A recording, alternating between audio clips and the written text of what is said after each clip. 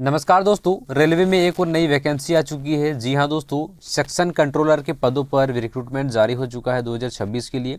इस वीडियो में आपको इस वैकेंसी की जानकारी देने वाला हूं। योग्यता इसमें क्या मांगा गया है, आयु सीमा वगैरह क्या है, कब से कब तक फॉर्म को फिलअप करेंगे, इसमें सैलरी वगैरह बात करेंगे। साथ ही साथ इस भर्ती की पूरी जानकारी आज आपको इस वीडियो के माध्यम से देने वाला हूँ।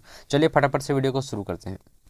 तो दोस्तों, सबसे पहले तो हम लोग बात करने वाले हैं, ये वैकेंसी जो है रेलवे की तरफ से आई हुई है, जिसका पद जो है रहने वाला है, यहाँ पर देख पाइएगा सेक्शन कंट्रोलर का ये पद आपका रहने वाला है। उसके बाद टोटल वैकेंसी की बात करेंगे, यानी कि कुल पदों की बात करेंगे, तो कुल पद यहाँ पे आपका 119 दिया गया है। आप इस फॉर्म को ऑनलाइन मोड के माध्यम से अप्लाई कर पाएंगे और इसका जो डेट है दोस्तों, ये स्टार्ट हो चुका है 15 जुलाई 2026 से और इसका अप्लाई करने का लास्ट डेट रहेगा 14 अगस्त 2026 तक। आप लोग जो है 14 अगस्त 2026 तक आप लोग फॉर्म को फिलअप कर पाएंगे। सिलेक्शन प्रोसेस की बात करेंगे। सबसे पहले सिलेक्शन प्रोसेस में यहाँ पर आप सभी देख पाइएगा, यहाँ पर कंप्यूटर बेस्ड टेस्ट आपका एग्जाम होने वाला है। उसके बाद सेकंड बार आपका एग्जाम होगा, इसका फिर से यहाँ पर डॉक्यूमेंट वेरिफिकेशन होता है, लास्ट में आपका मेडिकल टेस्ट होगा, इसके बाद आपका यहाँ पर सिलेक्शन होता है। अब दोस्तों यहाँ पे हम लोग बात करेंगे, इसके सैलरी की बात करेंगे। इसमें जो है सेक्शन कंट्रोलर में सैलरी आपको कितना मिलेगा, यहाँ पर 35,400 से आपका सैलरी यहाँ पर स्टार्टिंग हो जाता है। जैसे कि डेट मैंने यहाँ पर आपको बताया कि इसका जो है फॉर्म आप लोग अप्लाई कर पाएंगे 14 अगस्त 2026 तक। उसके बाद यहाँ पे अगर आपके फॉर्म में किसी भी प्रकार का करेक्शन के लिए जो है ज़रूरत पड़ता है, अगर आपका फॉर्म में गलती होता है, तो 17 अगस्त से 26 अगस्त तक आप लोग अपने फॉर्म में किसी भी प्रकार का सुधार या फिर करेक्शन को कर सकते हैं। टोटल वैकेंसी भी यहाँ पर मैंने आपको बता दिया है, जो कि आपका 119 टोटल वैकेंसी रहने वाला है। उसके बाद दोस्तों हम लोग यहाँ पे नीचे आएंगे और यहाँ पर एजुकेशनल क्वालिफिकेशन, यानी कि आपका पढ़ाई कितना होना चाहिए इस फॉर्म को भरने के लिए। यहाँ पर मैं साफ साफ बता दूँ, इस फॉर्म को भरने के लिए आपका बैचलर डिग्री मांगा गया है, यानी कि ग्रेजुएशन। अगर आपने किसी भी स्ट्रीम से, साइंस हो चाहे कॉमर्स हो चाहे आर्ट्स हो, आपने किसी भी स्ट्रीम से बैचलर डिग्री यानी कि ग्रेजुएशन करके रखा है, तो आप लोग जो है इसके लिए एलिजिबल है। लेकिन हाँ, आपके पास ये जो है मार्कशीट होना चाहिए, आप लोग पास आउट हो। ऐसा नहीं है कि आप लोग अपेयरिंग में है, यानी कि 6th सेमेस्टर में है या फिर लास्ट सेमेस्टर में है, आप लोग अप्लाई कर पाइएगा, ऐसा नहीं है। आपका जो है कंप्लीट होना चाहिए ग्रेजुएशन। उसके बाद हम लोग यहाँ पे थोड़ा नीचे आएंगे, जो कि एज लिमिट दिया गया है। इस फॉर्म को भरने के लिए आपका एज कितना होना चाहिए। इस फॉर्म को जो भरने के लिए मिनिमम एज बताया गया है, मिनिमम एज आपका 20 ईयर यानी कि 20 साल होना चाहिए, 20 ईयर। मैक्सिमम एज की बात करेंगे तो 33 ईयर यानी कि 33 साल आपका मैक्सिमम एज होना चाहिए।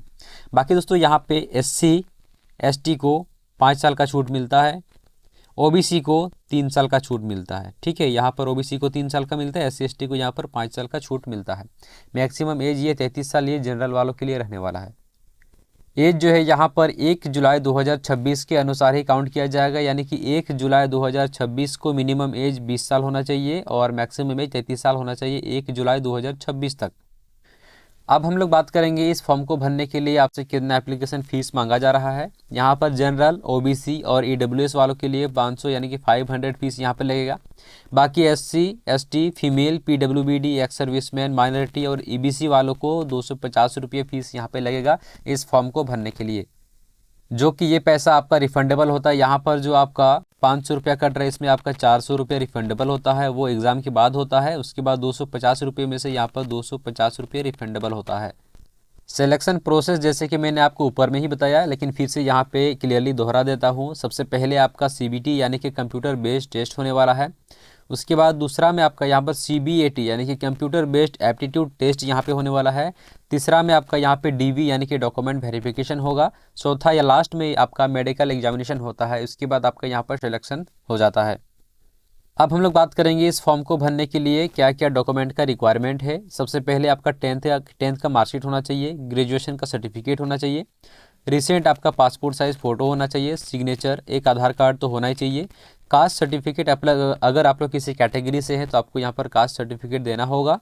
उसके बाद वैलिड ईमेल आईडी और मोबाइल नंबर यहाँ पे आपको देना होगा। अगर आप लोग EWS से हैं या फिर PWBD से तो इसका सर्टिफिकेट भी आपको यहाँ पे देना होता है। तो ये सारा डॉक्यूमेंट आपको लगेगा इस फॉर्म को भरने के लिए। तो यहाँ पर मैंने आपको सारी चीज़ें बता दिया है कि कब से कब तक फॉर्म फिलअप करेंगे, साथ ही साथ एजुकेशनल क्वालिफिकेशन वगैरह A to Z जानकारी मैंने आपको दे दिया है।